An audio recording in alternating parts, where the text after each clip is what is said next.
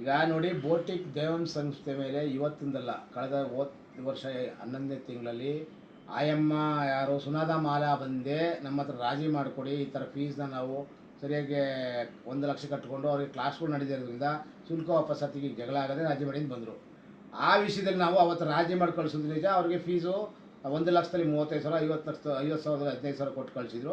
ಕೊನೆಯಲ್ಲಿ ಏನಾಯ್ತು, ಅಮ್ಮ ಯಾರೋ ಒಂದು ಹೊರಗಡೆಯವ್ರು ಕರ್ಕೊಂಬಂದಾಗ ಏನಾಯಿತು, ಗಲಾಟೆ ಆಯಿತು. ಅದು ಅಲ್ಲಿಗೆ ಅಂತ್ಯಾಗೋಗಿತ್ತು. ನನಗೆ ಅಲ್ಲಿವರೆಗೂ ಟಚ್ ಇಲ್ಲ.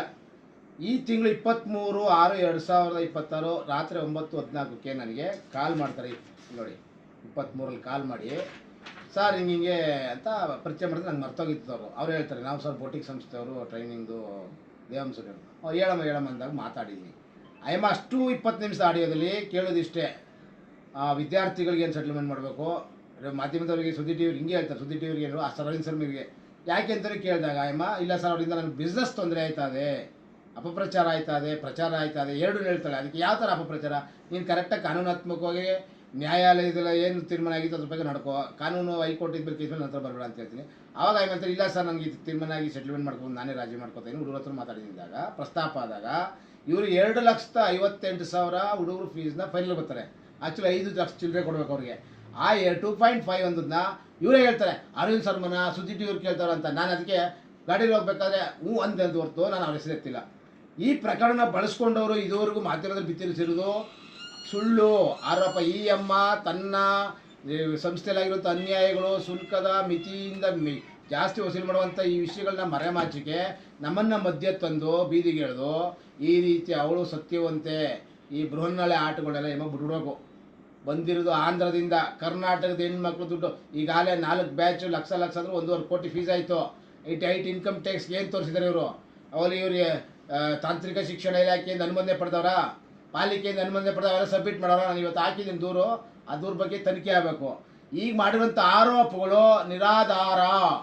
ನನ್ನ ಹತ್ರಕ್ಕೆ ಹೈಕೋರ್ಟಲ್ಲಿ ಕೇಸ್ ಇದ್ಮೇಲೆ ಸ್ಟೇ ತಂದಮೇಲೆ ಈ ಅಮ್ಮ ಯಾಕೆ ರಾಜಿಗೆ ಬರಬೇಕಾಗಿತ್ತು? ಆ ಕನಿಷ್ಠ ಜ್ಞಾನ ಇತ್ಕೊಂಡು ಕೇಳೋಳೆ ಅಂದರೆ ಇದ್ರ ಅರ್ಥ ಏನು? ಸ್ಟ್ರಿಂಗ್ ಮಾಡಿಕ್ಕೇನು ಇತ್ಕೆಟ್ಟೋದು ನಾವು? ಇದನ್ನು ಸ್ಟ್ರಿಂಗೋನಲ್ರು ಯಾರೋ ಕೈಲಾಗದಿರೋ ಮಾಡ್ತಾರಲ್ಲ ನಾಮರ್ಥ ಕೆಲಸಗಳು, ಆ ಕೆಲಸ ಇವ್ರು ಮಾಡ್ತಾ ಇರೋದು. ಮರ್ಯಾದಿಂದ ಇದ್ರೆ ಸ್ಟೇ ಇತ್ತು ಇರಬೇಕಾಯ್ತು. ಇವಳು ಹುಡುಗರು ಯಾಕೆ ಫೋನ್ ಮಾಡಿದ್ಲು ಬನ್ನಿ ಅಂತ? ಸ್ಟೇ ಇದ್ಮೇಲೆ ಇವ್ರು ವೈಲೇಷನ್ ಮಾಡಿಲ್ವಾ? ಇದನ್ನು ಕೋರ್ಟಲ್ಲಿ ಪ್ರಶ್ನಿಸಿ ಮಾಡಿಸ್ತೀನಿ. ನಾನು ಆ ಹುಡುಗಿರನ್ನ ಇಂಪ್ಲಿಮೆಂಟ್ ಮಾಡ್ತೀನಿ ಹೈಕೋರ್ಟ್ಗೆ. ಇದ್ರ ಬಗ್ಗೆ ಹೋರಾಟ, ಅಂತಿಮ ಹೋರಾಟ ಇದ್ದೇ ಇರ್ತದೆ. ಏನು ಇವಾಗ ಖಾಸಗಿ ಮಾಧ್ಯಮಗಳಲ್ಲಿ ಅವ್ರ ಪರ ಬಿತ್ತರಿಸಿದಾರೋ ಅವ್ರು ಸತ್ಯಾಸತ್ಯತೆ ನೋಡಬೇಕಾಯ್ತು, 2 ಕಡೆ ಪರಿಶೀಲಿಸಬೇಕಾಯ್ತು. ಹನುಮಂತರಾಜು ಅಂತ ಏನು ಇದ್ಬಿಟ್ರೆ ಹೆಸರು ಮಾಡೋರು ಏನು ಸಂಘಟನೆ ಬೆಳೆದಿದ್ರೆ ತುಳಿಕೆ ಆಗಲ್ಲ. ಇದು ಕನ್ನಡ ಪರ ಸಂಘಟನೆ, ಈ ನಾಡಿನ ಜನತೆ ಶಕ್ತಿ ಇರ್ತದೆ ನಮ್ಮಲ್ಲಿ. ಇಲ್ಲವೇ ಇಲ್ಲ ಸರ್. ಆಯಮ್ಮನೆ ಬಂದಿರೋ ನ್ಯಾಯ ಮಾಡಿಗೆ 35 ಜನಕ್ಕೆ ಅವ್ರು ಪೇಮೆಂಟ್ ಮಾಡಿದ್ದಾರೆ. ಅದರಲ್ಲಿ 20 ಜನ ಮಾಡಿದ್ರು, 35 ಜನ ಬಂದಿದ್ರು. ನನ್ನ ಈ ಸೆಟ್ಲ್ಮೆಂಟ್ ವಾಪಸ್ ದುಡ್ಡು ಕೊಡೋದು ಏನರ್ಥ? ಇವ್ರು ತಪ್ಪು. ಕ್ಲಾಸ್ ನಡೆಸ್ತಿಲ್ಲ, ಲಕ್ಷ ಫೀಸ್ಗೆ ತರಗತಿ ನಡೆಸ್ತಿಲ್ಲ, ಈ ಮೆಟೀರಿಯಲ್ಸ್ ಕೊಟ್ಟಿಲ್ಲ. ಮತ್ತೆ ಅವ್ರು ಹೇಳ್ತಾರೆ ಒಂದು ಕತ್ರಿ ಇಲ್ಲೇ ತಗೋಬೇಕಂತೆ, 10 ರೂಪಾಯಿ, 100 ರೂಪಾಯಿ, 25 ರೂಪಾಯಿ, 200 ರೂಪಾಯಿ ಸ್ಕೇಲು. ಏನು ಅರ್ಥ ಇದು? ಆಯ್ತು, ಇವ್ರಿಗೆ ಕ್ರೈಟೇರಿಯಾ ಏನಿದೆ? ಅದಾದಮೇಲೆ FIR ಆಗುತ್ತೆ ಕೋಪನವರ ಸ್ಟೇಷನ್. ಇವ್ರಿಗೆ FIR ಹೈಕೋರ್ಟ್ ಸ್ಟೇ ತಂದಿರೋದು. ಇದೆಲ್ಲ ತಿಳಿದು ನಮ್ಮ ಹತ್ರ ಈ ತಿಂಗಳು 21ನೇ ತಾರೀಕು 20 ನಿಮಿಷ ಆಡಿಯೋದಲ್ಲಿ ಮಾತಾಡೋದಂತ ಬೆಗ್ ಮಾಡ್ತಾ ಇರೋದು. ನನಗೆ ಏನೋ ಮಾಡಿರಿ ಸರಿ ಮಾಡ್ಕೊಡ್ಬಿಡಿ ಸರ್, ನಾನು ಬಿಸ್ನೆಸ್ ಮಾಡಬೇಕು ಅಂತ. ಹಂಗಾರೆ ಮೂಲ ಉದ್ದೇಶ ಯಾರು ಹೇಳ್ಕೊಟ್ಟು ಬಂದು ನಂಗೆ ಮಾಡಿದಾರ? ನನ್ನ ನಂಬರ್ ತಗೊಂಡು ಈಸ್ಕೊಳ್ತಾ ಇರೋದು ಬೇರೆಯವ್ರು ಆಡಿಯೋ ಇದೆ. ಶ್ರೀರಂಗಪಟ್ಟಣದವ್ರು ಶ್ಯಾಮಲವ್ರ ಗಂಡರ ಹತ್ರ ಫೋನ್ ಮಾಡಿ ಹನುಮಂತೇಗೌಡರ ನಂಬರ್ ಕೊಡಿ ಅಂತ ಕೇಳಿರೋದು ಇದೆ. ಇಷ್ಟೆಲ್ಲ ತಂತ್ರಗಾರಿಕೆ ಎಲ್ಲಿ ಸ್ಟಾರ್ಟ್ ಆಯಿತು? ಅರವಿಂದ್ ಶರ್ಮಾ ಯಾಕೆ ಬೇಕಾಗಿತ್ತು? ಹೋಗಿ ನೇರವಾಗಿ ಫೈಟ್ ಮಾಡು, ಆಗಲ್ಲ ನಿನಗೆ? ಹಾಂ, ಶಕ್ತಿ ಇಲ್ವಮ್ಮ?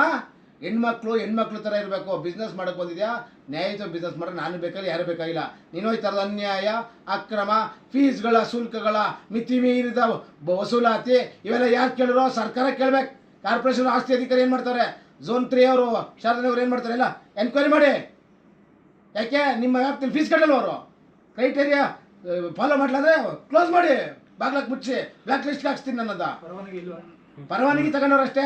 ತಾಂತ್ರಿಕ ಶಿಕ್ಷಣದೆಲ್ಲ ತೊಗೊಂಡಿದ್ದಾರಾ? ಆಮೇಲೆ ಶುಲ್ಕ ನಿಗದಿ ಬೈಲೆ ಏನು ಮಾಡೋರು ಇವರು? ಅಪ್ರೂವಲ್ ತೊಗೊಳ್ಬೇಕಾರೆ ಎಷ್ಟು ಶುಲ್ಕ ತಗೋಬೇಕು, ಏನು ಎಲ್ಲ ಇರ್ತದೆ. ಚೇಂಜಸ್ ಆಗಿದ್ರೆ ಅಮೆಂಡ್ಮೆಂಟ್ ಮಾಡಿಸ್ಬೇಕು. ಇವರು ಲಕ್ಷ ಫೀಸು ನಗದು ತೊಗೊಳಕ್ಕೆ ಇವ್ರಿಗೆ ಎಲ್ಲಿದೆ ರೈಟ್ಸು? ಎಲ್ಲ ನಗದು ತೊಗೊಂಡ್ರೆ ಕೆಲವ್ರ ಹತ್ರ ಬಿಟ್ಟರೆ. ಆ ವಿದ್ಯಾರ್ಥಿಗಳು ಎಲ್ಲ ವಿತ್ ಪ್ರೂಫ್ ಇದ್ದಾರೆ. ಅವರು 1 ಲಕ್ಷ 3 ತಿಂಗಳು 4 ತಿಂಗಳು 5 ತಿಂಗಳಿಗೆ ತಗೊಳ್ಳೋಕೆ ಎಲ್ಲ ಅವಕಾಶ ಇದೆ ಸ್ವಾಮಿ. ರೈತರು ಹೆಣ್ಮಕ್ಳು ಟ್ರೈನಿಂಗ್ ತೊಗೊಳ್ಳೋದು, ಮನೇಲಿ ಕೂತ್ಕೊಂಡು ನಮ್ಮ ಕಷ್ಟ ಪರಿಹಾರದಲ್ಲಿ ಅಂತ ಕೂಲಿ ಕೆಲಸ ಮಾಡ್ಕೊಂಡು ಬಂದು ದುಡ್ಡು ಕೊಟ್ಟಿರೋಂಥ ದುಡ್ಡಿದು ಅನ್ಯಾಯದ ದುಡ್ಡು. ಇದ್ರ ಬಗ್ಗೆ ಸಂಬಂಧಪಟ್ಟ ಅಧಿಕಾರಿಗಳು, ಕಮಿಷನರು, DC ಅವರು ಎಲ್ಲ ಇದ್ರ ಬಗ್ಗೆ ತನಿಖೆ ಮಾಡಬೇಕು. ದೂರು ಕೊಟ್ಟಿದ್ದೀನಿ, ಸ್ಟೇಷನ್ಗೂ ದೂರು ಕೊಟ್ಟಿದ್ದೀನಿ. KR ಸ್ಟೇಷನಲ್ಲಿ ಅವ್ರ ಮೇಲೆ NCR ಆಗಿದೆ. ಎಲ್ಲ ಪರಿಶೀಲಿಸಿ ಅಂತ.